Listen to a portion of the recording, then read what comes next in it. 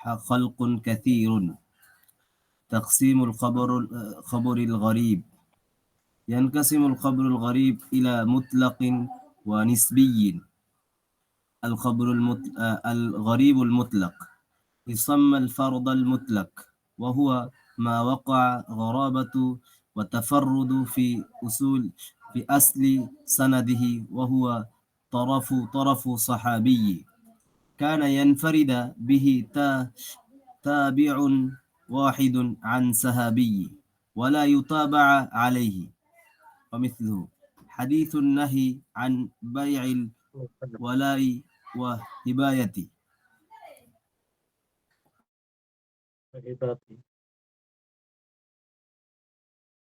عن بيع الولاء وهبته. عن بيع بس الولاء بارك الله عن فيك. بيع الولاء وهبته. عن بيع الولاء وهبته. عن بيع الولاء نحمده ونصلي على رسوله الكريم. وهبته. أشهد أن لا إله إلا الله وحده لا شريك له، وأشهد أن محمدا عبده ورسوله. أما بعد، أعوذ بالله من الشيطان الرجيم. بسم الله الرحمن الرحيم. قل هو الله أحد الله الصمد।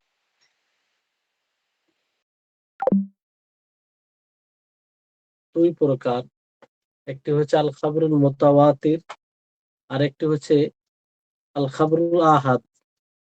আল খাবরুল মুতাওয়াতির সম্পর্কে জেনেছি।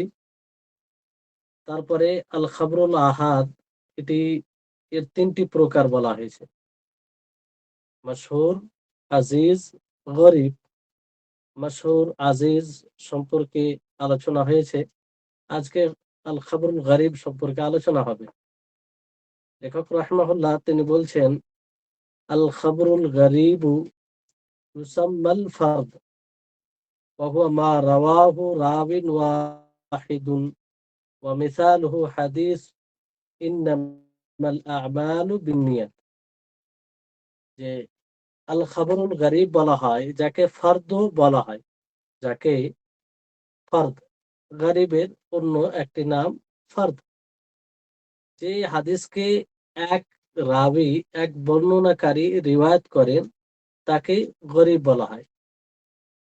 সানাদের যে কোনো স্তরে যদি কোনো এক রাবি বর্ণনা করে থাকে তাহলে সেটা গরিব হয়ে যায় অথবা ফর্দ হয়ে যায়। যেমন এর উদাহরণ এখানে লেখক রাহিমাহুল্লাহ দিয়েছেন, ইন্নামাল আমালু বিন্নিয়াত। এই হাদিসটি মাশহুর, প্রায় লোকই জানে। তারপরও এই হাদিসটি গরীব, কারণ সকল স্তরে একজনই রাবি, এক এক বর্ণনাকারী এক এক করে রয়েছে। যেমন ইয়াহিয়া বিন সাঈদ আল আনসারী, তিনি একাই মোহাম্মদ ইবনে ইব্রাহিম আত-তাইমি থেকে বর্ণনা করেন। মোহাম্মদ ইবনে ইব্রাহিম আত-তাইম, তিনি তাইমি একাই বর্ণনা করেন আলকামা বিন ওয়াক্কাস আল-লাইসি থেকে। আলকামা বিন ওয়াক্কাস আল-লাইসি তিনি একাই উমর ইবনুল খাত্তাব থেকে বর্ণনা করেন। এর উমর, ওনার কাছ থেকে উমর ইবনুল খাত্তাব, উমর ইবনুল খাত্তাব থেকে একাই আলকামা বিন ওয়াক্কাস তিনি রিওয়ায়াত করেন। তো এটা গরীব, এর কারণ হচ্ছে যে একাই বর্ণনা করেছে। আমভাবে আল খাবরুল গরিবের সংজ্ঞা আপনি এইভাবেই দিতে পারেন যে হাদিসকে এক রাবি বর্ণনা করবে তাকে গরিব হাদিস বলে। সানাদের যে কোনো স্তরে, সানাদের যে কোনো স্তরে একজন রাবি যদি বর্ণনা করে একাকী হয়ে যায় তাহলে সে হাদিসটি গরিব হয়ে যায়, সে হাদিসটি গরিব হয়ে যায়। আমরা এখানে ভালো করে বুঝতে পারবো যে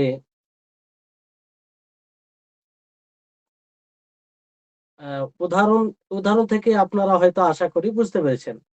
তারপরে এখানে গরিব খবরের মানে দুটি প্রকার রয়েছে।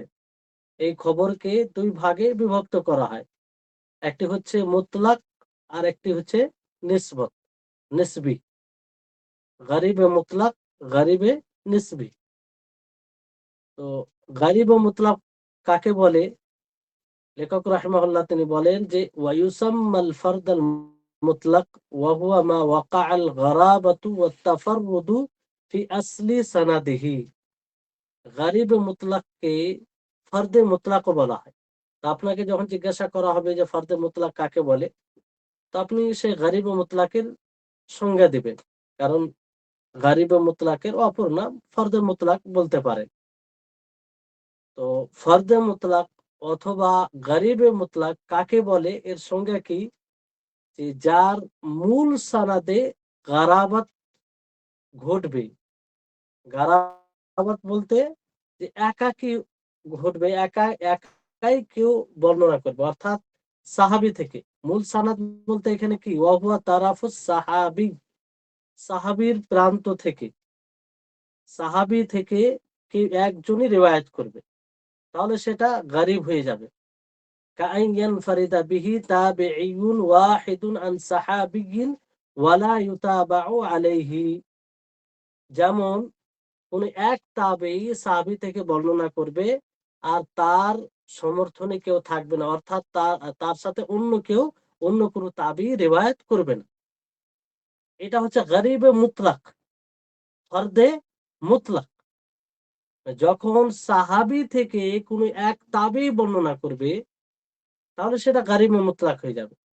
এখানে বিষয়টি এরকম, যদি পরবর্তী স্তরে মানে তাবির পরে স্তরে সাহাবী থেকে কোন এক তাবি বর্ণনা করলো, তার সাথে অন্য কোনো তাবি নেই, নিচের স্তরে কিন্তু একাধিক রাবি বর্ণনা করেছে, একাধিক রাবি বর্ণনা করেছে, তাহলেও সেটা গরিবে মুতলাক হবে।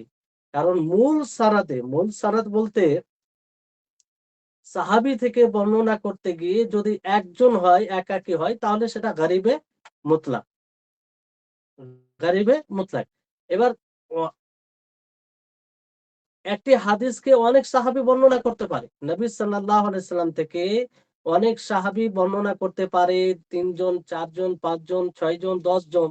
কিন্তু সাহাবী থেকে যখন একাই কেউ বর্ণনা করবে, কোন তাবী, তখন সেটা গরিবে মুতলাক হয়ে যাবে। ওই জায়গায় যখন গারাবাত হবে, গারাবাত বলতে যে একাকী হবে, তখন সেটা তার উপরে এই নাম, এই সংজ্ঞা ফিট হবে যে সেটা গরিবে মুতলাক, মানে তাবির সঙ্গে কেউ থাকবে না।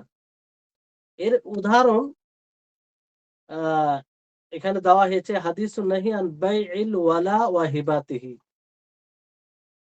এই হাদিসকে আব্দুল্লাহ ইবনে দিনার, আব্দুল্লাহ ইবনে ওমর রাদিয়াল্লাহু তাআলা আনহুমা থেকে তিনি একাই রিওয়ায়াত করেছেন। আর ইমাম মালিক মুয়াত্তায় এটা বর্ণনা করেছেন। তো এই হাদিস এখানে তাফাররুদ মানে সানাদের সমস্ত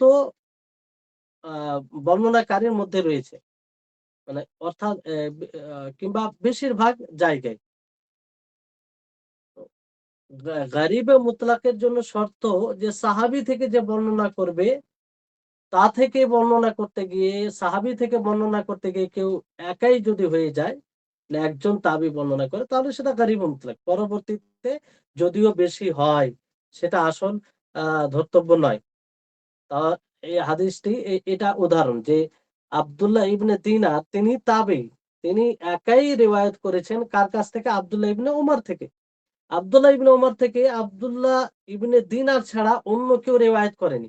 এখানে যদি আব্দুল্লাহ ইবনে দিনারের সাথে অন্য কেউ রিওয়ায়াত করত, অন্য কোনো তাবি থাকতো, তাহলে কোনো সমস্যা ছিল না, সেটা মানে গারাবাত গারিবে মুতলাক হতো না। এবার আব্দুল্লাহ ইবনে ওমর তিনি যে আছেন, তিনার সাথে অনেক থাকতে পারে সাহাবী। এখানে মনে রাখবেন, আব্দুল্লাহ ইবনে ওমরের সাথে আরো সাহাবী, কয়েক সাহাবী থাকতে পারে।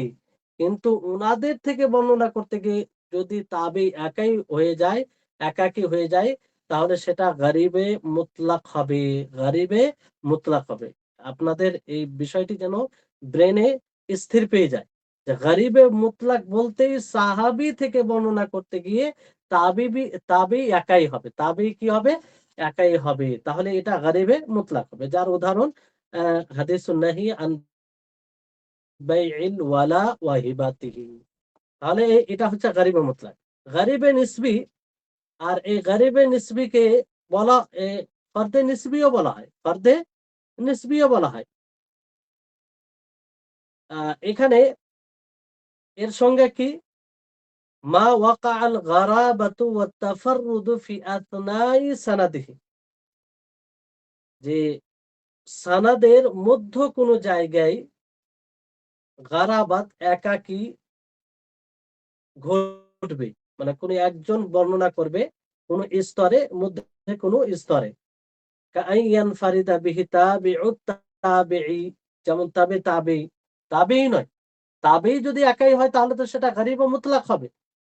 তাবেইর নিচে যদি একাই হয়, যেমন ধরুন যে তাবেই একাধিক বর্ণনা করেছেন, তাবেই একাধিক বর্ণনা করেছে, কিন্তু নিচে তাবেই একাই বর্ণনা করেছেন, তাবেই একাই বর্ণনা করেছেন, কিংবা তার নিচে একাই বর্ণনা করেছে, তাহলে সেটা কি হয়ে যাবে? গরিবে নিসবি, ফর্দে নিসবি। পার্থক্য হচ্ছে এটাই, যে একটা মূল সানাদে অর্থাৎ সাহাবী থেকে বর্ণনা করতে গিয়ে, আর একটি হচ্ছে যে মধ্য সানাদে, মধ্য কোনো স্তরে। তাহলে এই কিংবা নিচে যে কোনো ওয়াসুমিয়া বিযালিকা লিআন্না আত-তাফাররুদ ওয়াকা'a ফীহি বিন-নিসবাতি ইলা শাখসিন মুআয়্যান। আর এখানে এই নামটা এই জন্য দেওয়া হয়েছে কারণ তাফাররুদ, একাকী, এটা ঘটে কিসের? কোনো ব্যক্তির আহ তুলনায়।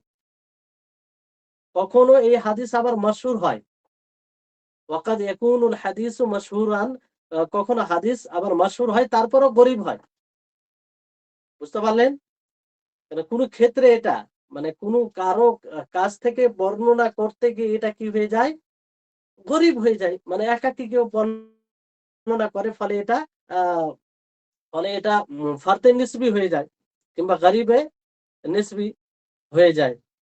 যেমন উদাহরণ, আ হাদিস মালিক আনিজ যুহরি আন আনাস রাদিয়াল্লাহু তাআলা আনহু। মালিক তিনি বর্ণনা করছেন যুহরি থেকে, যুহরি বর্ণনা করছেন আনাস রাদিয়াল্লাহু তাআলা আনহু থেকে। আনাস রাদিয়াল্লাহু তাআলা আনহু তিনি বলেন যে আন্না নবী সাল্লাল্লাহু আলাইহি সাল্লাম দাখালা মক্কাহ ওয়া আলা রাসিহি আল মিগফার, যে নবী সাল্লাল্লাহু আলাইহি সাল্লাম মক্কায় প্রবেশ করলেন আর ওনার মাথায় কি ছিল? মিগফার। মিগফার বলতে মাথা সংরক্ষণের জন্য যেটা টোপ, হেলমেটের মতো, সেটা আর কি যুদ্ধের সময় ব্যবহার করে সেটা। তো এই হাদিসকে ইমাম বুখারী ও ইমাম মুসলিম রিওয়ায়াত করেছেন নিজের সহিহ গ্রন্থে। এটা হচ্ছে গরিবে নিসবি। কেন গরিবে নিসবি? এখানে দেখেন যে আনাস রাদিয়াল্লাহু তাআলা আনহু থেকে যুহরি বর্ণনা করছেন, আর যুহরি থেকে মালিক, যুহরি থেকে কে? মালিক বর্ণনা করেছেন। যদিও হাদিসটি প্রসিদ্ধ, যদিও হাদিসটি প্রসিদ্ধ।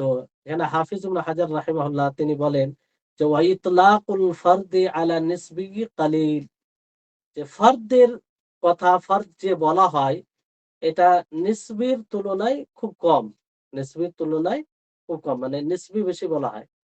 আহ কারিবুন নিসবি, মানে ফারদের নিসবির উপরে ফারদে নিসবি এরকম ভাবে খুব কম বলা হয়, গরিবে নিসবি বেশি বলা হয়। ওয়া আকতারু মা ইউতলাকু আলাল ফারদ আলাল মুতলাক, মানে ফারদে মুতলাক বলা হয়, বেশিরভাগ ফারদে মুতলাক বলা হয়, কিন্তু ফারদে নিসবি কম বলা হয়, কামা ইউতলাকুল গরিব। তো এই হচ্ছে বিষয়। এবার আমরা একটু আরো ব্যাখ্যা সহ এটা জানার চেষ্টা করি। এখানে আপনাদের অনুবাদের এইটা দেখেন, তাহলে বুঝতে পারবেন বেশি। দেখেন যে আল খাবরুল গরিব তার অপর নাম আল ফারদ। খবরে গরিব বলা হয় যে হাদিসকে মাত্র একজন রাবী বর্ণনা করবে। অনুবাদের দিকে তাকান, যে একজন রাবীকে বর্ণনা করলে সেটা আম ভাবে, এটা আম সংজ্ঞা গরিব। আল খাবরুল গরিবের সংজ্ঞা কি? যে হাদিসকে মাত্র একজন রাবী বর্ণনা করবে। উদাহরণ যেমন ইন্নামাল আমালু বিন্নিয়াত, এটা যে সকল কর্মের প্রতিদান নিয়তের উপরে নির্ভরশীল। এই হাদিসকে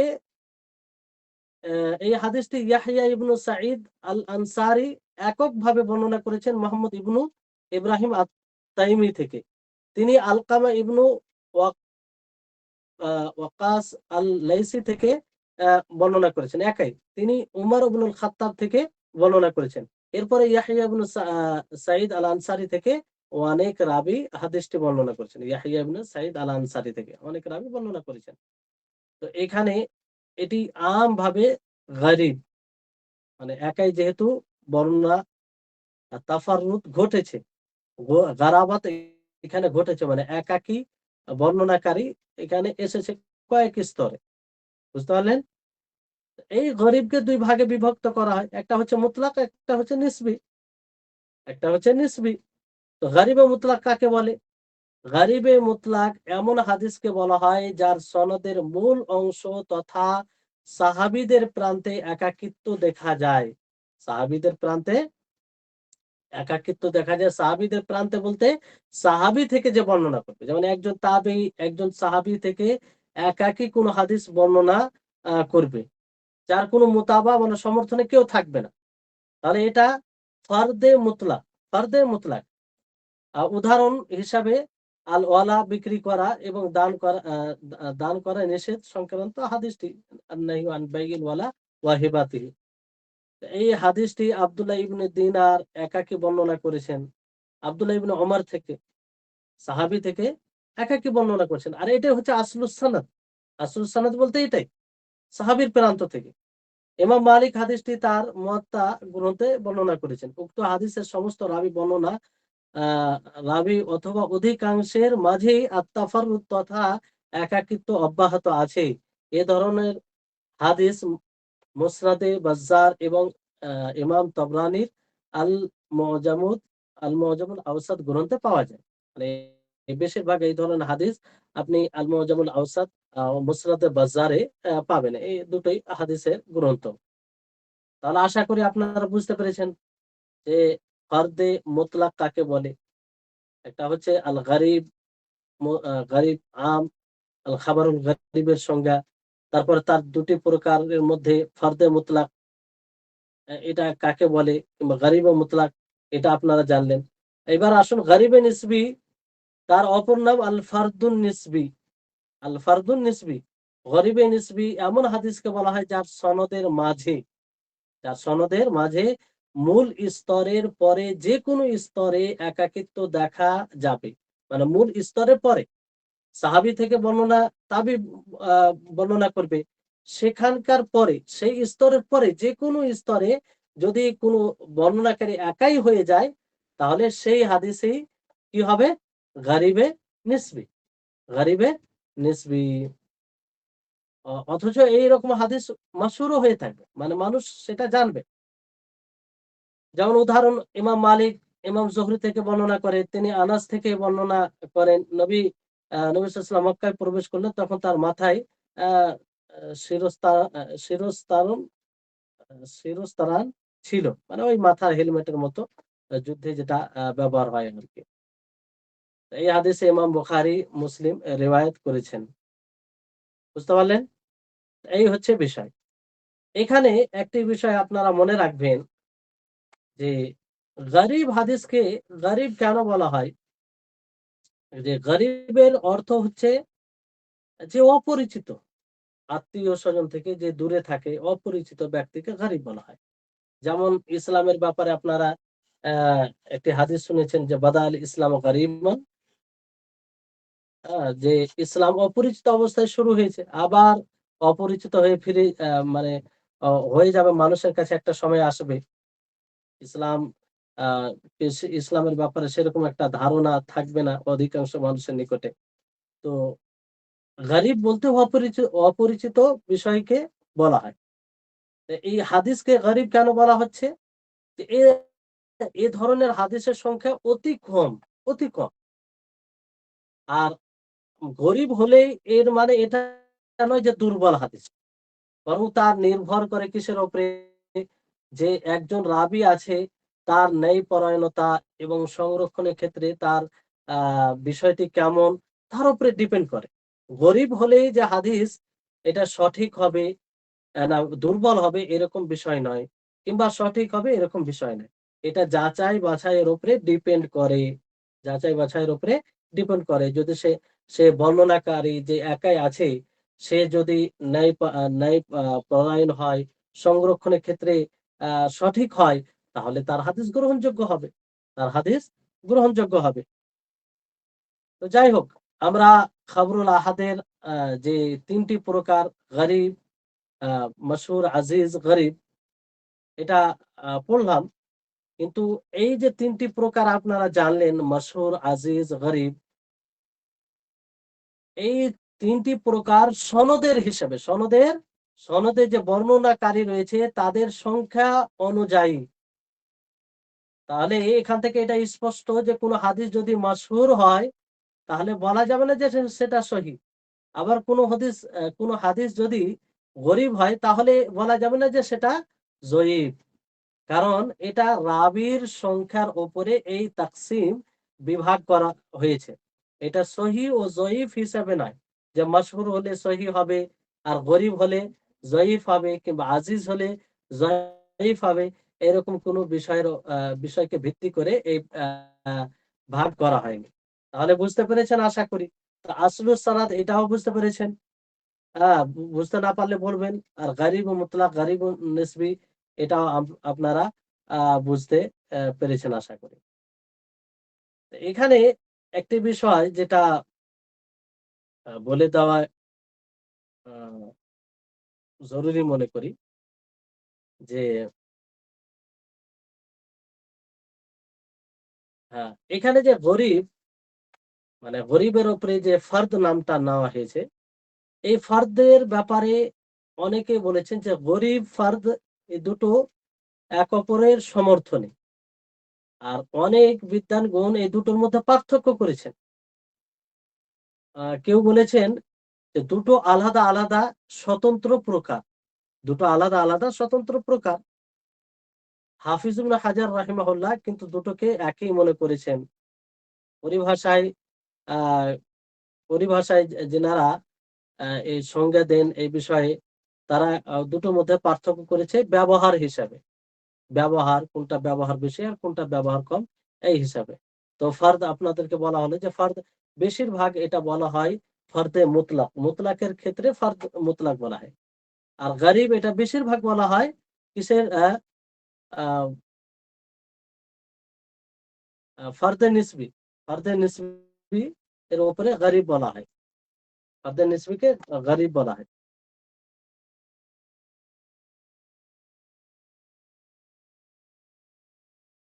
তারপরে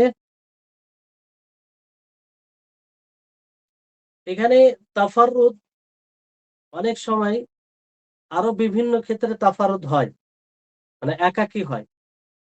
কোন, ধরেন হাদিসের সূত্রে, সনদে একজনই সেকা রাবী আছে, মানে নির্ভরযোগ্য বর্ণনাকারী আছে, সেক্ষেত্রেও সেখানে বলা হয় যে এই সনদে তাফারুদ রয়েছে, কিন্তু এই তাফারুদ অন্য হিসাবে। সেটা কি, যে একজন নির্ভরযোগ্য রাবী রয়েছে, আহ তাছাড়া আর কোনো নির্ভরযোগ্য রাবী নেই। অনেক সময় কোনো রাবী থেকে বর্ণনা, কোনো নির্ধারিত রাবী থেকে নির্ধারিত রাবী বর্ণনার ক্ষেত্রে এই শব্দ ব্যবহার হয়, যে অমুকের কাছ থেকে বর্ণনা করতে গিয়ে অমুক জনেই এক হাদিসেই বর্ণনা করেছে, এই এই এই হিসাবেও ব্যবহার করা হয়। কিংবা এটা জায়গার হিসাবেও ব্যবহার করা হয়, যে ওই জায়গা থেকে অমুক রাবী ওই হাদিসেই বর্ণনা করেছে, মানে একাই, এরকম। এরকম ভাবে বিভিন্ন প্রকার আসে। তারপর মাতনের ক্ষেত্রে এগুলো আসে। তো যাই হোক, এই গরিবের ক্ষেত্রে আপনার যেটা জানলেন যে সবচেয়ে বেশি যেগুলো হাদিস পাওয়া যায়, এই গরিব হাদিস মুসনাদে বাজ্জার আর আল মুআজ্জামুল আওসাত তাবরানী। আর এই ব্যাপারে প্রসিদ্ধ বই কয়েকটি রয়েছে, তার মধ্যে একটি বই মনে রাখবেন, গরাইব ও মালিক লিদারকুতনি, দারকুতনি রাহিমাহুল্লাহ, গরাইব ও মালিক। হ্যাঁ, এইখানে আপনি শুধু এই বই পাবেন। কিংবা ওনারই আরেকটি বই আছে আল আফরাদ, আল আফরাদ বলে। হ্যাঁ, তো এই দুটো নাম আপনারা মনে রাখতে পারেন। তারপরে লেখক রাহিমাহুল্লাহ বলছেন যে তাকসিমুল আহাদে ইলা মাকবুল ওয়া মারদুদ, আহাদের বন্টন, ভাগ, মাকবুল ও মারদুদের দিকে। মানে আহাদ অন্য দিক দিয়ে দুই প্রকার, একটি মাকবুল আর একটি মারদুদ। তানকাসিমুল আহাদ মিন মাশহুরিন ওয়া আজিজিন ওয়া গারিবিন ইলা মাকবুল ওয়া মারদুদ। আহাদের যে প্রকার রয়েছে মাশহুর, আজিজ, গরিব, এগুলো আবার দুই ভাগে বিভক্ত, একটা মাকবুল আর একটা মারদুদ। আল খাবারুল মাকবুল ওয়া হুকমুহু। তো খাবরে মাকবুল কাকে বলে, এটা নিয়ে সর্বপ্রথম আলোচনা করা হচ্ছে যে আল খাবারুল মাকবুল হুয়া মা ইউহতাজ্জু বিহি।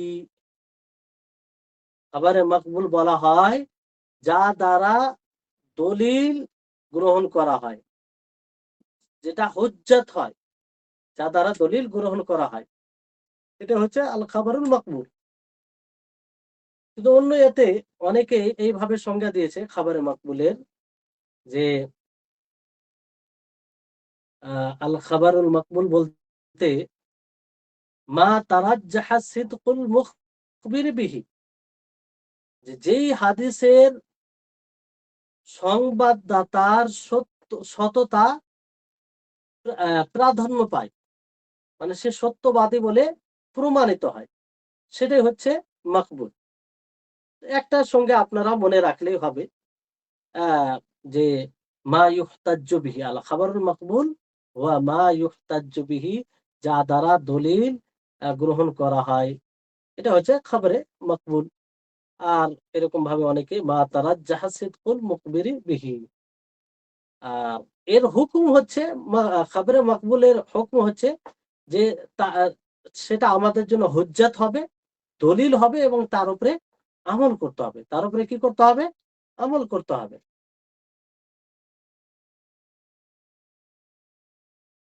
এই বইয়ে এরকম ভাবে আছে যে ওয়াখতুলিফা ফি হুকমি, তার হুকমে হুকম বিধানের ব্যাপারে, হুকমের ব্যাপারে দ্বিমত আছে, মানে ইখতিলাফ করা হয়েছে। ফাল্লাযী আলাইহিল উলামা মিনাস সাহাবাতি ওয়াত তাবিঈন ফামান বা'দাহুম মিনাল মুহাদ্দিসিন ওয়াল ফুকাহা আন্না খাবারাল ওয়াহিদিস সিকাতি হুজ্জাতুম মিন হুজাজিশ শারঈ ইয়াজিবুল আমালু বিহি। তার হুকমে ইখতিলাফ করা হয়েছে যার উপরে সাহাবাদের মধ্যে ওলামায়ে কেরাম রয়েছে, তাবিঈনদের মধ্যে, এবং তারপরে মুহাদ্দিসিন ফকিহগণের মধ্যে তিনারা বলেন যে খবরে ওয়াহিদ নির্ভরযোগ্য, খবরে ওয়াহিদ এটি শরীয়তের দলিল সমূহের মধ্যে একটি দলিল, যার উপরে আমল করা জরুরি, যার উপরে আমল করা জরুরি। তাহলে বিষয়টি মনে রাখেন যে সর্বপ্রথম আল খাবরুল মাকবুলের সংজ্ঞা। আল খাবরুল মাকবুলের সংজ্ঞা কি? সংজ্ঞা হচ্ছে যে এমন হাদিসকে বলা হয় যাকে দলিল হিসেবে উপস্থাপন করা হয়, দলিল হিসেবে উপস্থাপন করা হয়, সেটাই আল খাবারুল মাকবুল। এর হুকম নিয়ে মতভেদ রয়েছে সাহাবী, তাবেঈ এবং তাদের পরবর্তী মুহাদ্দিস ও ফকিহ বিদ্বানগণের মত হলো একজন নির্ভরযোগ্য ব্যক্তির হাদিস শরীয়তের দলিল হিসেবে বিবেচিত হবে এবং তার প্রতি আমল করা অপরিহার্য। সকল সাহাবায়ে কেরাম, অধিকাংশ সাহাবায়ে কেরাম ও মুহাদ্দিসিন ও ফকিহগণের এই কথা রয়েছে যে একজন নির্ভরযোগ্য ব্যক্তির হাদিস সেটা শরীয়তের দলিল সমূহের মধ্যে একটি দলিল, দলিল বলে গণ্য হবে সেটা। আর তার উপর আমল করা জরুরি হবে, তার উপর আমল করা কি হবে? জরুরি হবে। তাহলে এখান থেকে আপনারা আশা করি বুঝতে পারলেন যে খবরুল আহাদ, আহাদের যে প্রকার মাশহুর, আজিজ, গরীব রয়েছে, এটা কোনো সহিহ ও জয়ীফের কোনো প্রতীক নয়, সহিহ ও জয়ীফের কোনো ভাগ নয়, বরং এটা রাবীদের সংখ্যা অনুযায়ী এই ভাগ হয়েছে, যেটা আপনারা সংজ্ঞা দ্বারা স্পষ্ট ভাবে বুঝতে পেরেছেন। এই এই জন্য আবার ফের এই হাদিসগুলো মাশহুর হোক অথবা আজিজ হোক অথবা গরীব হোক, এটা দুই ভাগে বিভক্ত হয়, একটা মারদুদ, একটা মকবুল। মারদুদ একটা, একটা মকবুল। যদি মকবুল হয় তার মকবুলের আপনারা সংজ্ঞা জানলেন যে যা দ্বারা দলিল হিসাবে, যেটা দলিল হিসাবে উপস্থাপন করা হয়। আর সেটার হুকুম সার কথা এটা যে যদি নির্ভরযোগ্য একজন ব্যক্তি দ্বারা হাদিস এটা প্রমাণিত হয়, তো সেটা শরীয়তের যে দলিল রয়েছে সেটা দলিল বলে গণ্য হবে এবং তার উপরে আমল করা জরুরি হবে। তারপরে এখানে আরেকটি গুরুত্বপূর্ণ বিষয় বলা হচ্ছে যে আল খাবরুল ওয়াহিদ আল মুহতাব বিল কারাইন ওয়া আনওয়া। যে খাবরে ওয়াহিদ অনেকগুলো কিন্তু তাকে কারিনা গুলো ঘিরে থাকে, পরিবেষ্টন করে থাকে। এজন্য তার কিছু প্রকার আছে। মানে খাবরে ওয়াহিদ, কিন্তু তার কিছু চিহ্ন বিশেষত্ব আছে যা অন্য এতে নেই। বইয়ের ইবারত হচ্ছে যে ওয়ালা শাক্কা আন্না খাবার আল ওয়াহিদি আল মুহতাফ বিল কারাইন ইয়াকুনু আরজাহ মিম্মা খালা আনহা ওয়া হুয়া আনওয়াউন মিনহা মা ইয়ালি। যে নিঃসন্দেহে খাবরে ওয়াহিদ, সেই খাবরে ওয়াহিদ কখনো বিভিন্ন কারিনা দ্বারা, চিহ্ন দ্বারা, বৈশিষ্ট্য দ্বারা পরিবেষ্টন থাকে। এই জন্য সেটা বেশি রাজে প্রাপ্ত হয়, উত্তম প্রাপ্ত হয় তার তুলনায় যার মধ্যে এই সব কারিনা থাকে না, এইসব চিহ্নগুলো বিশেষত্বগুলো থাকে না। আর এই দিক দিয়ে এর কয়েক প্রকার রয়েছে। কি রয়েছে? কয়েক প্রকার রয়েছে। আশা করি আপনারা বুঝতে পারবেন ইনশাআল্লাহ। তো প্রথম প্রকার হচ্ছে যে মা আখরাজাহু শাইখান আল বুখারী ওয়া মুসলিম। তবে আপনারা বইয়ের ইবারত আরবিটা দেখবেন যে মা আখরাজাহু শাইখান ও আল বুখারী ও মুসলিম, যেই হাদিসকে দুই শেখ ইমাম বুখারী ও ইমাম মুসলিম রিওয়ায়াত করেছেন ফি সাহিহাইহিমা, তাদের দুই সহিহ গ্রন্থে, মিম্মা লাম ইয়াবলুগ হাদ্দাত তাওয়াতুর, আর সেই রিওয়ায়াতটি তাওয়াতুরের যে সংজ্ঞা রয়েছে সেই সংজ্ঞা পর্যন্ত পৌঁছায় না। ফাইন্নাহু আহাতা বিহি কারাইন, তো সেটি অনেক কারাইন চিহ্ন দ্বারা পরিবেষ্টনে রয়েছে। কি কি কারিনা? কারিনা মানে চিহ্ন, আলামত, বিশেষত্ব। কি কি এখানে বিশেষত্ব রয়েছে? যে এক হচ্ছে জালালাতুশ শাইখাইনি ফি হাদাস শাআনি, দুই শাইখের মর্যাদা এই বিষয়ে। আপনারা জানেন যে সহিহ বুখারী, সহিহ মুসলিম, ইমাম বুখারী, ইমাম মুসলিম তিনারা যে গ্রন্থ রচনা করেছেন, হাদিসগুলো একত্রিত করেছেন, কতটা সতর্কতা অবলম্বন করেছেন। সবচেয়ে বেশি কড়া শর্ত ওনারা লাগিয়েছেন। কারণ ওনাদের মূল শর্ত ছিল যে নিজের গ্রন্থে বিশুদ্ধ হাদিস ছাড়া কোনো হাদিসকে জায়গা দেবে না। বিশুদ্ধ হাদিস তো এমনি হয়ে যাবে না, এর জন্য কড়া শর্ত লাগবে। কড়া শর্ত, যাতে কোনোভাবেই এই বিশুদ্ধ হাদিসের সাথে সংমিশ্রণ জয়ীফ হাদিসের না হয়। এই দিক দিয়ে সবচেয়ে কড়া শর্ত রেখেছেন ইমাম বুখারী ও ইমাম মুসলিম। ইমাম বুখারী বেশি, তারপরে ইমাম মুসলিম। এটা একটা মর্যাদা। মানে তো সহিহাইনে রিওয়ায়াত চলে আসা, তার মানে তার একটা বিশেষত্ব। ওই রিওয়ায়াতের তুলনায় যে রিওয়ায়াত সহিহাইনে আসেনি, অর্থাৎ সহিহ বুখারী ও সহিহ মুসলিমে নেই, এটা একটা কারিনা, এটা একটা বিশেষত্ব। দ্বিতীয় বিশেষত্ব হচ্ছে ওয়া তাকাদ্দুমুহুমা আলা গায়রিহিমা ফি তামিজিস সাহিহি মিনাস সাকিম, যে সেই দুইকে আগে করা, মানে প্রাধান্য দেওয়া অন্যদের উপরে, সহিহ বিশুদ্ধ হাদিসকে দুর্বল হাদিস থেকে বিচ্ছিন্ন করার দিক দিয়ে, বিশুদ্ধ হাদিসকে দুর্বল হাদিস থেকে বিচ্ছিন্ন করার দিক দিয়ে সবচেয়ে বেশি সতর্কতা অবলম্বন যদি করে থাকেন তো ইমাম বুখারী এবং মুসলিম। আর সকলে একমত যে সহিহ বুখারী ও সহিহ মুসলিমে কোন প্রকার দুর্বল হাদিস নেই। তাহলে এটা একটা বিশেষত্ব। ওয়া তুলাক্কাল উলামা লিকিতাবাইহিমা বিল কবুল।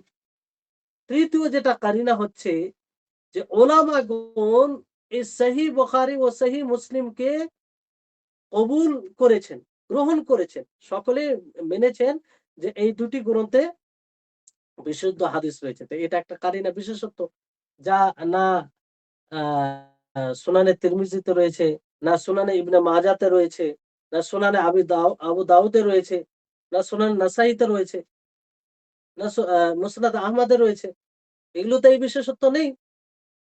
এই বইগুলোকে ওইভাবে উম্মত কবুল করেনি। তো এটা এক প্রকার।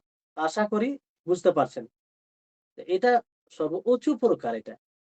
দ্বিতীয় প্রকার হচ্ছে যে আল খাবারুল মুসালসালু বিল আইম্মাতিল হুফাজ আল মুতকিনিন হাইথু লা ইয়াকুনু গারিবান কাহাদিসি ইয়ারবিহি আল ইমাম আহমদ গায়রু মুনফারিদিন বিহি আনিল ইমাম আশ-শাফি। লিখাটা স্পষ্ট নয়।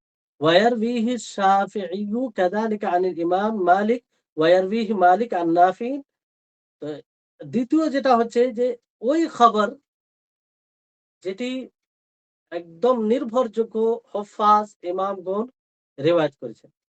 শর্ত হচ্ছে সেটা যেন গরীব না হয়। এক হাদিসকে যদি নির্ভরযোগ্য উলামা আইম্মাগণ হুফাজ রিওয়ায়াত করেন তাহলে সেটা একটা বিশেষত্ব কারিনা। যেমন ইমাম আহমদ আ মুনফারিদ নয়, তিনি ইমাম শাফি থেকে মানে একাকী নয়, তিনি ইমাম শাফি থেকে বর্ণনা করে। ইমাম শাফি ফের আবার ইমাম মালিক থেকে। এগুলো কি মুতকিনিন, হুফাজ। আ ইমাম মালিক ফের নাফে থেকে বর্ণনা করেন। তো এটা একটা কারিনা, বিশেষত্ব, যা অন্য হাদিসে নেই। তৃতীয় হচ্ছে আল খাবারুল মাশহুর আল্লাযী লাহু তুরুকুন মুখতালিফা। যে খবরে মাশহুর যার ভিন্ন ভিন্ন তুরুক রয়েছে, যার ভিন্ন ভিন্ন তুরুক রয়েছে। সালিমাত কুল্লুহা মিন দু'ফির রুয়াতি ওয়াল ইলাল। আর সমস্ত তুরুক রুয়াতের যে দুর্বলতা রয়েছে, যফ রয়েছে, ইলাল এই থেকে মানে মুক্ত। وهذه الأنواع لا يحصل العلم بها إلا للعالم المتبحر في علم الحديث العارف بأحوال الرواة والعلل। আর এই সব প্রকার যারা ইলমুল হাদিসের সাগরে ডুব দেয়, গভীর জ্ঞানের অধিকারী হয়, তারাই বুঝতে পারে, জানতে পারে।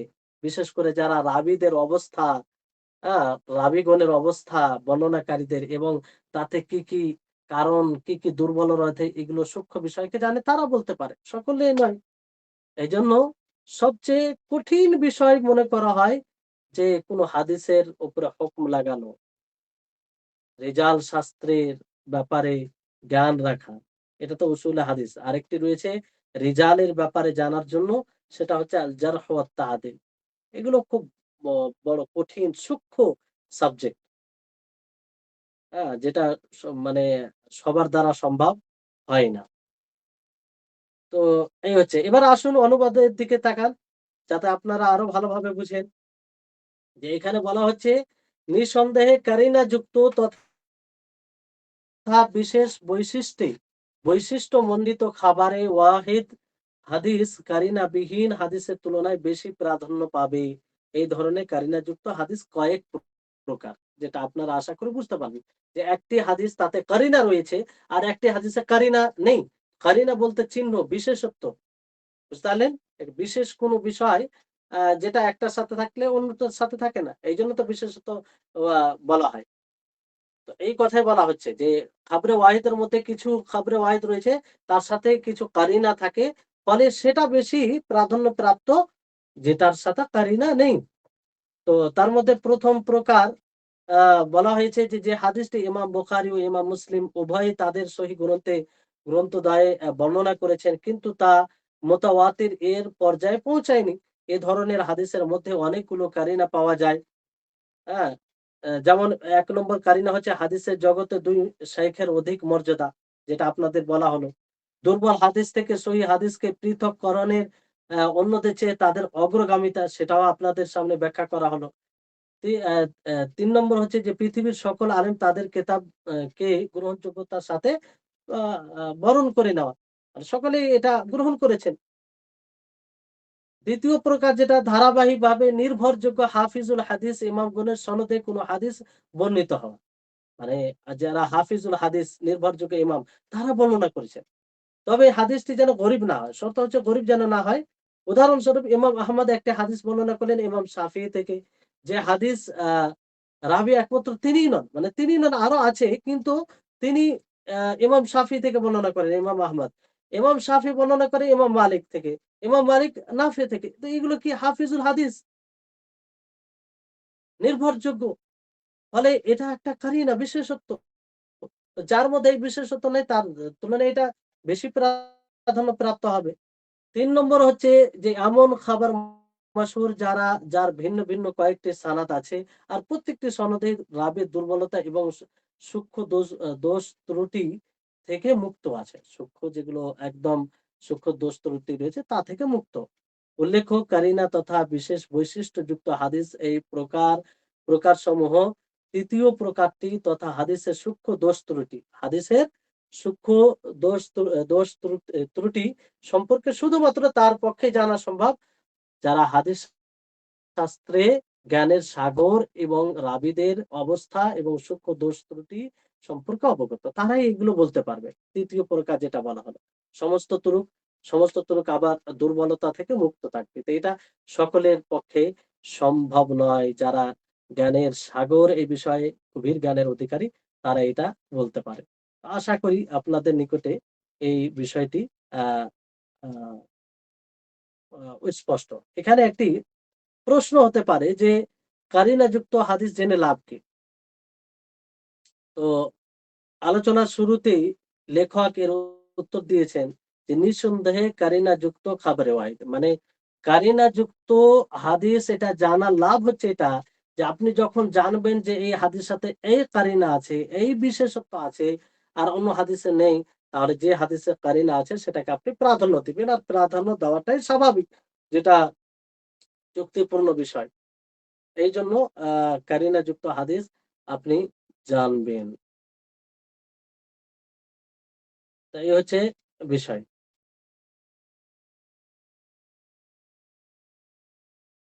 এখানে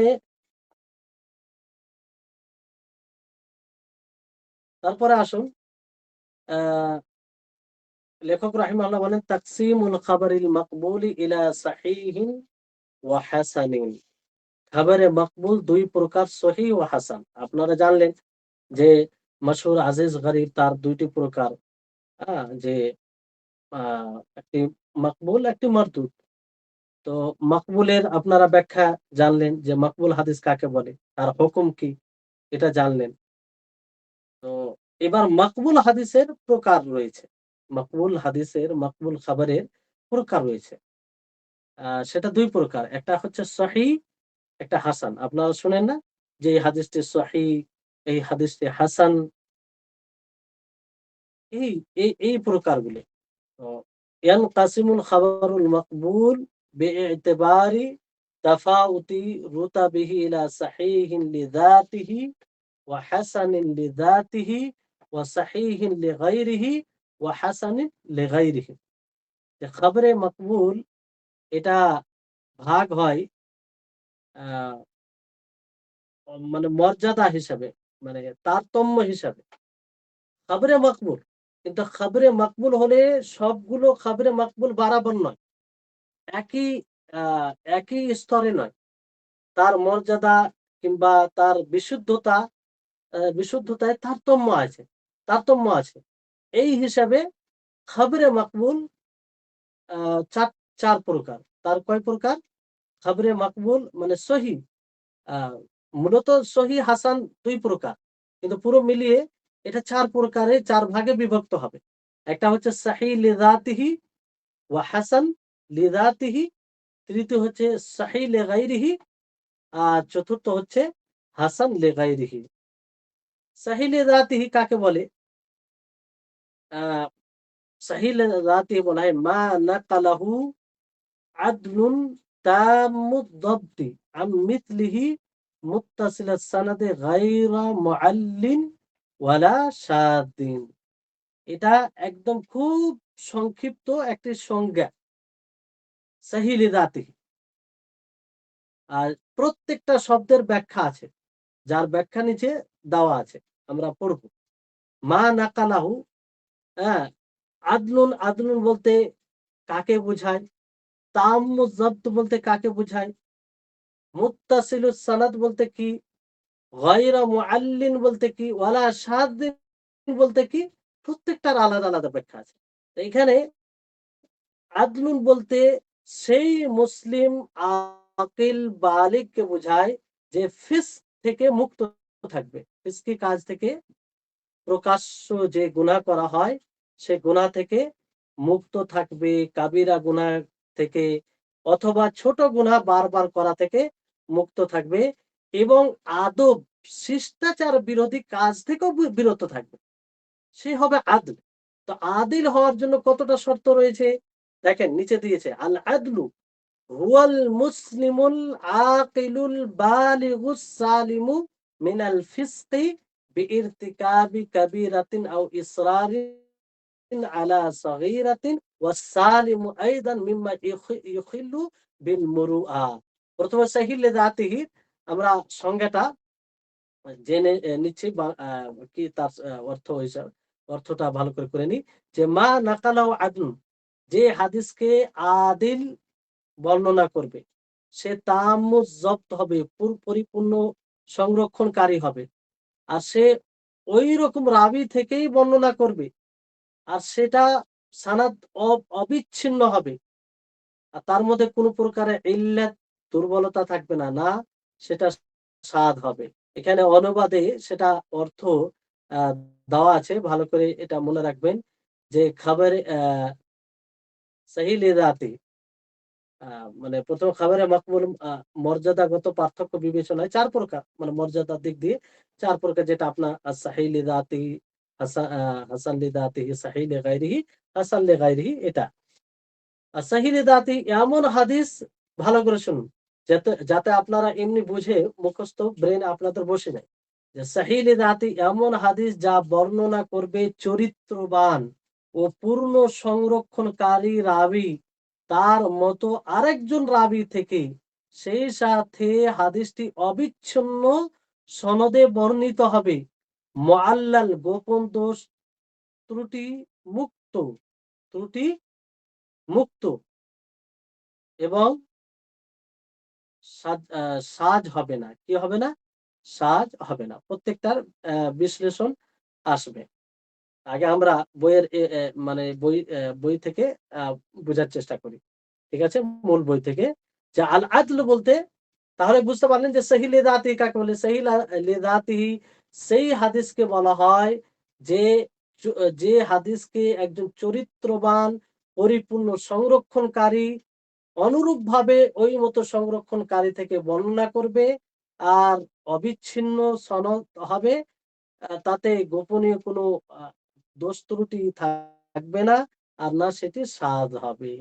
এটা হচ্ছে সহিহ লিযাতিহির সংজ্ঞা। এক একটি শব্দের আপনার ব্যাখ্যা আছে। আদল, আদল বলতে কি বোঝায়? আদল বলতে যে সেই মুসলিমকে বলা হয়, সেই বিবেক সম্পন্নকে বলা হয়, সাবালককে বলা হয় যে কাবিরা গুনাহ থেকে অথবা সাগিরা ছোট ছোট গুনাহ বারবার করা থেকে মুক্ত থাকবে। এমনকি সে শিষ্টাচার আদব বিরোধী কাজ থেকেও মুক্ত থাকবে। অনেক রকম আদব আছে না, যেমন অনেক জায়গায় আছে দাঁড়িয়ে খাওয়া, মানে যদিও জায়েজ হয় কোনো সময়, খাওয়া যেতে পারে জায়েজ, কিন্তু এটা কি আদব বিরোধী, শিষ্টাচার বিরোধী। তো যেখানে যেটা আদব মনে করা হয় সেটার বিরুদ্ধে কাজ করবে না, তাহলে সে এই জন্য অনেক আপনারা শুনবেন কিংবা পড়বেন যে হাদিস নেওয়ার ক্ষেত্রে মুহাদ্দিসিন কিরাম কতটা সতর্ক অবলম্বন করেছে।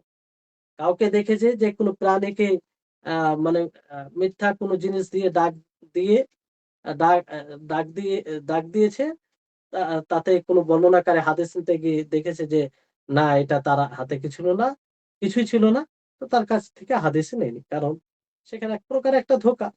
তো এরকম ভাবে অনেক কিছু বিষয় রয়েছে, মানে হাদিস নেওয়ার ক্ষেত্রে বড় সতর্কতা অবলম্বন করেছেন মুহাদ্দিসিন কেরাম।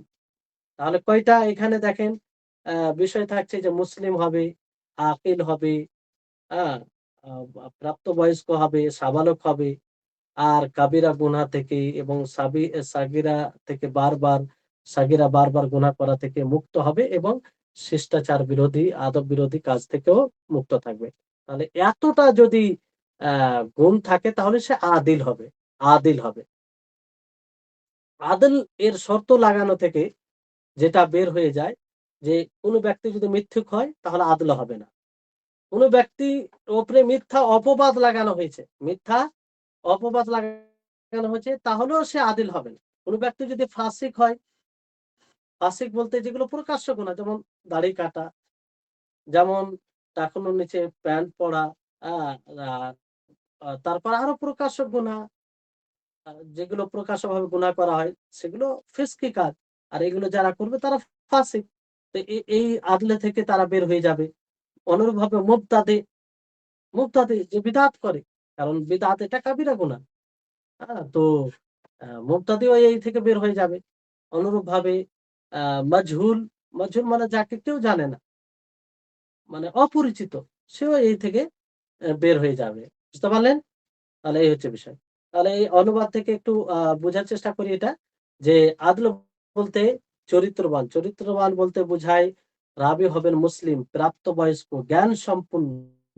আর পাপাচারিতা, ফিস্ক তথা বড় পাপে লিপ্ত হওয়া কিংবা অনবরত ছোট পাপ করে যাওয়া থেকে মুক্ত হবেন এবং ব্যক্তিত্ব বিনষ্ট করে এমন কাজ থেকে মুক্ত থাকবেন। মানে ওই আদব বিরোধী কাজ করা যেটা যে সমাজে যে আদব চলে, যে শিষ্টাচার চলে, আ সেগুলো কাজ করলে কি আপনার ব্যক্তিত্ব নষ্ট হবে। আপনার ব্যক্তিত্ব নষ্ট হবে। যেমন খুব হাসি মজাক করা, যার তার সাথে হাসি মজাক করা, যখন তখন কোনো সময় না বুঝে। এগুলো কি? এগুলো আদব বিরোধী আর এগুলোতেই মানুষের ব্যক্তিত্ব নষ্ট হয়। তো এগুলো বিষয় থাকতে হবে।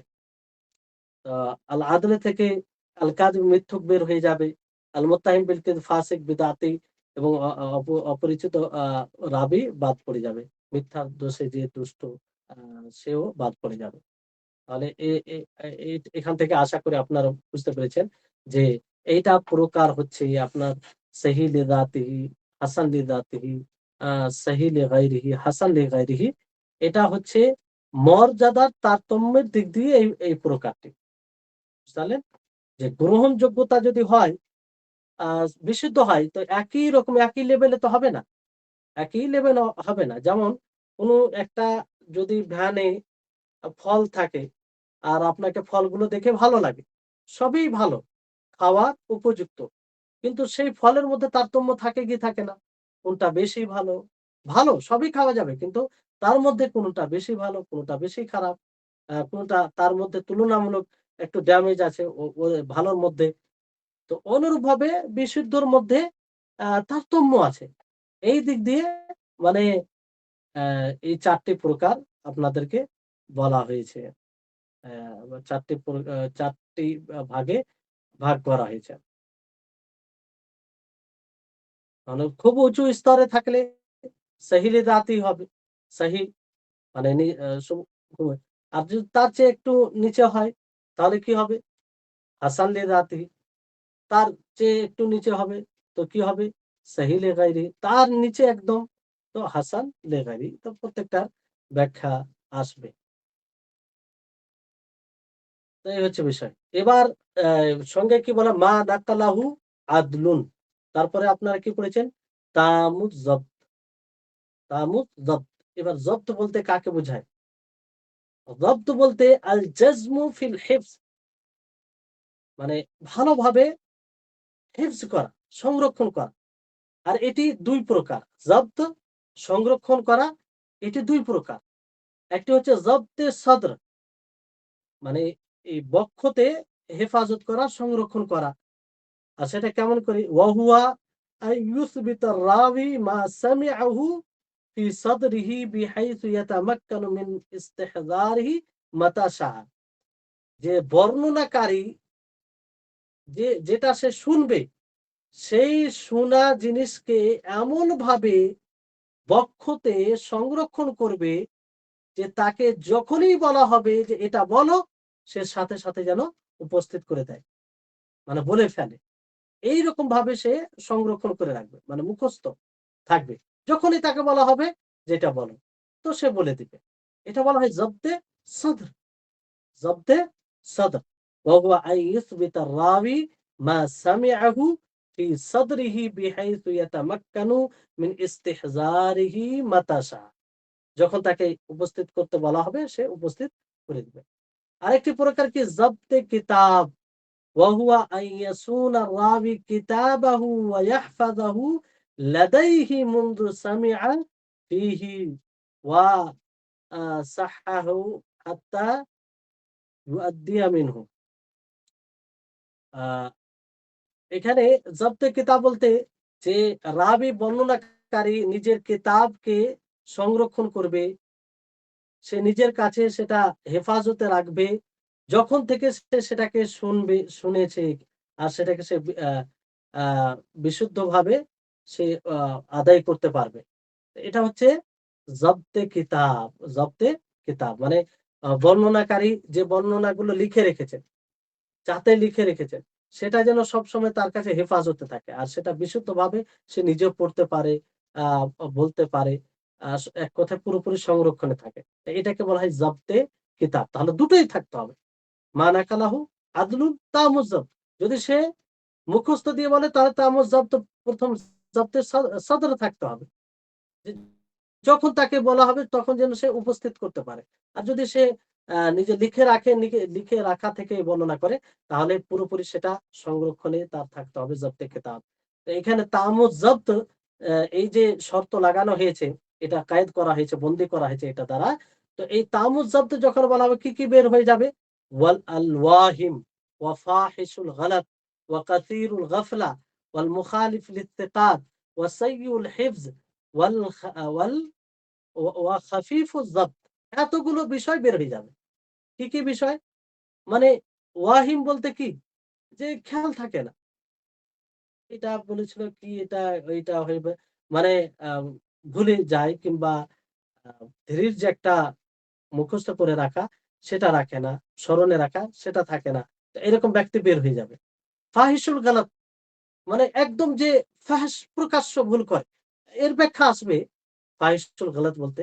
তো এখানে যেটা সংক্ষিপ্তভাবে আপনাদেরকে বলি, একদম প্রকাশ্যভাবে ভুল। এরকম ব্যক্তি বের হয়ে যাবে। ওয়া কাসিরুল গাফলা উদাসীন, কোথায় কি হলো জানে না। অ্যা মানে ১ মিনিট আগে একটা বিষয় কি স্মরণ করেছে সেটা ভুলে গেছে কিংবা কোথায় কোন জিনিস রাখলো সেটা ঠিক থাকে না। তো এরকম ব্যক্তি বের হয়ে যাবে। ওয়াল মুখালিফ লিত্তিকাত, এবং নির্ভরযোগ্য রাবির বর্ণনাকারী যদি আ মুখালিফ করে, বিরুদ্ধে কিছু কথা বলে সেও বের হয়ে যাবে। কারণ নির্ভরযোগ্য তার বিরোধিতা করছে মানে তার স্মরণ শক্তি সেরকম কাজ করে না। ওয়াসাইয়ুল হিফজ, যার স্মৃতিশক্তি দুর্বল সেও বের হয়ে যাবে। সে তামুজ জব্তের মধ্যে আসবে না। আর সহিহ হাদিস হওয়ার জন্য তামুজ জব্ত হওয়া লাগবে। কি হওয়া লাগবে? তামুজ জব্ত পুরোপুরি সংরক্ষণকারী। ওয়া খাফিফুজ জব্ত, আর খাফিফুজ জব্ত বের হয়ে যাবে মানে ধরেন বইয়ে লিখে রেখেছে, খাতায় লিখে রেখেছে, সে খাতাটা সংরক্ষণে নাই। আ ভালোভাবে সেটা হেফাজত করতে পারেনি। কিছু পাতা ছিঁড়ে গেছে কিন্তু কিছু পাতা আছে এরকম বিষয়, কিংবা বক্ষতে স্মরণ রেখেছে কিন্তু পুরোপুরি উপস্থিত করতে পারেন। সেই মতো না যে মতো সংজ্ঞা দেওয়া হলো। তাহলে এই হচ্ছে বিষয়। তারপরে মুত্তাসিলুস সানাদ বলা হয়েছে। মুত্তাসিলুস সানাদ বলতে আ মানে সানাদ অবিচ্ছিন্ন হবে। মধ্যে কোনো সানাদ বিচ্ছিন্ন হবে না। একের পর এক যে ধারাবাহিকতা রয়েছে সেটা থাকবে। সেটা অব্যাহত থাকবে। বুঝতে পারলেন? যে ধরেন একজন বর্ণনা করছে উপরে যেমন ধরেন যায়েদ, খালিদ, হামিদ। যায়েদ খালিদ থেকে বর্ণনা করেছেন, খালিদ হামিদ থেকে বর্ণনা করেছেন। তো যায়েদ কি করল? হামিদকে বাদ দিয়ে বলল যে আমি খালিদ থেকে বর্ণনা করেছি। তাহলে এটা কি হবে? এটা অবিচ্ছিন্ন মানে বিচ্ছিন্ন হয়ে যাবে। আ কিংবা মুআল্লাক এইগুলোর সঙ্গে আসবে। মানে এক কথায় অবিচ্ছিন্ন সানাদ সূত্র হবে। তাহলে এটা বিশুদ্ধ হাদিসের আওতায় আসবে। তারপরে গায়রা মুআল ওয়ালা শাদ, আল খাবারুল মুআল ওয়াল খাবারুল সাদ, এখানে মুআল সংজ্ঞা রয়েছে যে মুআল যেখানে আ ইল্লাত, ইল্লাত বলতে মা ফিহি ইল্লাতুন খাফিয়্যাতুন কাদিহাতুন ফি সিহহাতিল খাবরি। পরিভাষায় ইল্লাত মানে দুর্বলতা, রোগ যেটাতে থাকে। পরিভাষায় বলা হয় যে হাদিসে গুপ্ত দোষ, ত্রুটি থাকবে যেটা খবরের বিশুদ্ধতায় বাধা দানকারী হবে, খবরের বিশুদ্ধতায় বাধা দানকারী হবে। এরকম গুপ্ত দোষকে বলা হয় ইল্লা। তো এইরকম হাদিস হলে, এরকম যদি বিষয় হয় তাহলে সেটা সহি হবে না। অনুরূপভাবে সাদ মুনফারিদ হাদিসকে বলা হয়। মানে একাই যে বর্ণনা করবে মুনফারিদ, সাদের বিপক্ষে মানে সাদের হিসাবে মুনফারিদ ব্যবহার হয়। পরিভাষায় বলা হয় সাদ, সেই হাদিসকে মা খালাফা ফিহি রাবি মান হুয়া আরজাহু মিনহু, যে যে এখানে একজন বর্ণনাকারী তার চেয়ে উঁচু লেভেলের যে বর্ণনাকারী রয়েছে তার বিরোধিতা করবে, তার বিরোধিতা করবে, এটাকে সাদ বলা হয়। যেমন ধরুন যে জায়েদ, হামিদ, খালিদ। তো জায়েদ সবচেয়ে উঁচু লেভেলের, তার স্মরণ শক্তি, তার সব গুণ তার মধ্যে রয়েছে, কিন্তু খালিদের সব গুণ নেই। তো খালিদ দুর্বল, এমনিতে দুর্বল, দুর্বল হওয়ার সাথে সাথে সে জায়েদের বিরোধিতা করছে। তাহলে এইরকম কি হবে? সাদ হবে। এটা কি হবে? সাদ হবে। এইগুলোর ব্যাখ্যা আসবে। তাহলে এবার বাংলা অনুবাদটা দেখুন, দিয়ে আজকের ক্লাস শেষ হবে। অনেক লম্বা হয়ে যাচ্ছে, হতে পারে আপনারা বিরক্ত হচ্ছেন। হ্যাঁ, জব্দ সংরক্ষণের ক্ষেত্রে ধীর থাকা। ২ প্রকার এটা জব্দ, একটি জব্দে সদর, একটি জব্দে কিতাব। রাবী যা শুনেছেন সবকিছু হৃদয়ে, যা মস্তিষ্কে ধারণ করবেন এমন ভাবে যেন যখন ইচ্ছা তখন সেটা উপস্থাপন করতে সক্ষম হন। এগুলোর ব্যাখ্যা করা হয়েছে। আশা করি আপনারা বুঝতে পারছেন। জব্দে কিতাব, হাদিস শোনার সময় থেকে রাবী পাণ্ডুলিপিটি নিজের কাছে সযত্নে সংরক্ষণ করবেন। সেই পাণ্ডুলিপি থেকে অন্য কারো কাছে বর্ণনা করার পূর্ব পর্যন্ত, এবং উক্ত ওস্তাদ কিংবা উপযুক্ত ব্যক্তির কাছ থেকে সম্পাদনা করে নিবেন। মানে বিশুদ্ধ করে সেটা করবেন। হ্যাঁ, এটারও ব্যাখ্যা করা হয়েছে। পূর্ণ সংরক্ষণকারী তামজ্জাপ্ত হওয়া, এ শর্ত আরোপ করার মাধ্যমে আহ, সংশয় পোষণকারী, সংশয় মানে এটা কি হলো, এটা হবে না ওইটা হবে, এরকম ব্যক্তি বের হয়ে যাবে। হ্যাঁ, অধিক অধিকারী, অধিক মাত্রায় ভুলকারী, মানে অধিকভাবে ভুল করে, অধিকভাবে ফাহিশুল গালাত, মানে খুব ভুল করে, এরকম ব্যক্তি বের হয়ে যাবে। অত্যাধিক অমনোযোগী, কাসরাতুল গাফলা, মানে অমনোযোগী, মনোযোগী না, এরকম ব্যক্তি মানে সে তামজ্জাপ্ত হবে না। নির্ভরযোগ্য রাবীদের বিরোধিতাকারী, মানে যেটা বলা হলো যে নির্ভরযোগ্য, তার চেয়ে উঁচু লেভেল যে আছে তার বিরোধিতা করবে। দুর্বল স্মৃতি শক্তি সম্পূর্ণ এবং দুর্বল সংরক্ষণকারী রাবী বাদ পড়ে যায়। দুর্বল স্মৃতিশক্তি ওরকম মজবুত নয়, তো এরকম রাবী তামুজ্জাপ্তের মধ্যে আসবে না। মুত্তাসিল বলতে অবিচ্ছিন্ন হওয়া শর্তের মাধ্যমে যে হাদিসের সনদ মুত্তাসিল নয়, যেমন মুআল্লাক বা এই ধরনের অন্যান্য হাদিস থেকে বিরত থাকা হচ্ছে। তাহলে গোপন দোষ ত্রুটি, আল মুআন সাদ না হওয়ার শর্তের মাধ্যমে গোপন দোষ ত্রুটি যুক্ত এবং সাদ হাদিস সমূহ বাদ পড়ে গেছে। তাহলে আল মুআল বলতে আবিধানিক অর্থ যার মধ্যে ত্রুটি আছে, ত্রুটি যার মধ্যে আছে সেটাকে মুআল বলা হয়। কি বলা হয়?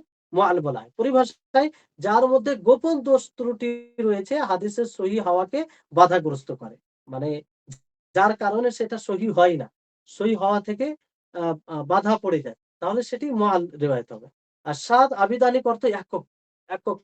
পরিভাষায় বলা হয় যে হাদিসের মধ্যে রাবী তার চেয়ে নির্ভরযোগ্য রাবীর বিরোধিতা করবে, যোগ্য রাবীর বিরোধিতা করবে। অবশ্যই এর অন্য ব্যাখ্যাও রয়েছে, অচিরেই তার আলোচনা আসবে, সেটা আলোচনা পরবর্তীতে আসবে। তো এই হচ্ছে বিষয়। আজকের মতো এখানেই যথেষ্ট করছি। আল্লাহ তাআলা যেন আমাদের সকলকে ভালোভাবে বুঝার তৌফিক দান করেন, আর আমাদের সকলের ইলমে যেন আল্লাহ তাআলা বারাকা দান করেন, আর আল্লাহ তাআলা যেন এটাকে কবুল করেন। ওয়া আখির দাওয়ানা আনিল হামদুলিল্লাহি রাব্বিল আলামিন। আসসালামু আলাইকুম ওয়া রাহমাতুল্লাহি ওয়া বারাকাতুহু। এবার কারো কোনো প্রশ্ন থাকলে বলতে পারেন। সব শুনছেন না